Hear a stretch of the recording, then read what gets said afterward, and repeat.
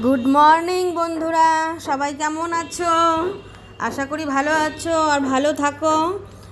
আজ আমি দুপুরের লাঞ্চের জন্য একটা নিরামিষ সবজি বানিয়েছি। তো চলো দেখে নিই কীভাবে বানিয়েছি।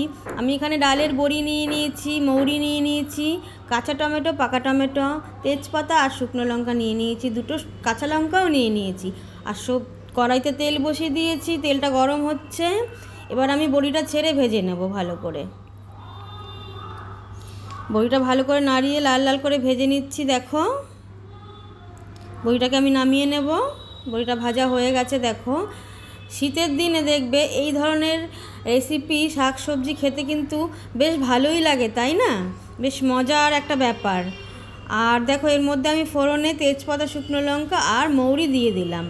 এবার আমি এক এক করে সব সবজিগুলোকে দিয়ে দেবো। আমি বেগুন কেটে নিয়ে নিয়েছি, আর নিয়েছি এখানে সর্ষে শাক। এটা কিন্তু পালং শাক না বন্ধুরা, এটা সর্ষে শাক। আর নিয়েছি আলু, সিম, আর দেখো দুটো পেঁয়াজ কুলিও দিয়ে দিয়েছি এর মধ্যে। ঘরে যা সবজি থাকবে সব কিছুই দিতে পারো, অসুবিধা কিছু নেই। আমার ঘরে যা ছিল আমি মোটামুটি দিয়ে দিয়েছি। আর এখানে দিয়ে দিয়েছি কাঁচা টমেটো, পাকা টমেটো কেটে, দুটো কাঁচা লঙ্কাও দিয়ে দিলাম। ভালো করে তেলে মিশিয়ে নেব, নাড়াতে থাকবো। তারপরে দিয়ে দেবো পরিমাণ মতো নুন, হলুদ। 1 চা চামচ হলুদ গুঁড়ো দিয়ে দিলাম, লঙ্কার গুঁড়ো দিয়ে দিলাম 1 চা চামচ, কাশ্মীরি লঙ্কা দিয়ে দিলাম 1 চা চামচ, আর স্বাদ মতো নুন দিয়ে দিলাম। এবার ভালো করে মিশিয়ে নেব, নাড়িয়ে নেব। আর মিডিয়াম আঁচ রেখে বন্ধুরা ভালো করে এটাকে কষাতে হবে। মোটামুটি দেখো আদা সেদ্ধ হয়ে গেছে আমার সবজিটা। এর মধ্যে আমি বড়িটাকে ছেড়ে দিলাম। বড়িটাকে ছেড়ে দিয়ে ভালো করে মিশিয়ে নেব। এবার ভালো করে নাড়িয়ে নিয়ে মোটামুটি দেখো কষাটা আমার হয়ে গেছে, আদা সবজি সেদ্ধ হয়ে গেছে। এবার আমি পরিমাণ মতন অল্প একটু জল দিয়ে দেবো, যাতে আলু টালুগুলো পুরোপুরি ভালোভাবে সেদ্ধ হয়ে যায়। একটু চিনি দিয়ে দিচ্ছি, কারণ নিরামিষ সবজিতে একটু মিষ্টি না হলে দেখবে স্বাদটা ঠিকঠাক আসে না।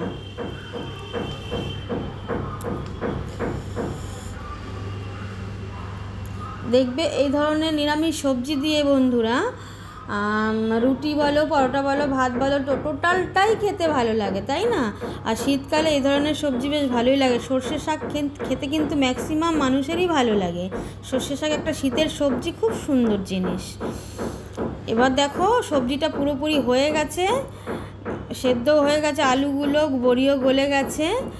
আমি এবার ভালো করে নাড়িয়ে আর 5 মিনিটের মতন রান্না করে নেব। তারপর আমি নামিয়ে নেব।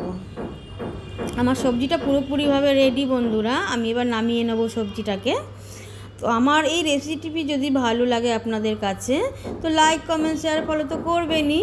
আর কমেন্টসে কিন্তু আমাকে জানাবেন শীতের সবজি খেতে কেমন লাগে, ঠিক আছে? এটা চাইলে আপনারা পালং শাক বা অন্যান্য শাক দিয়েও করতে পারেন। আর ইউটিউব চ্যানেলে রিঙ্কুর ঘরোয়া বলে আমার নাম, তো ওখানে গিয়ে সাবস্ক্রাইব প্লিজ করে দেবেন।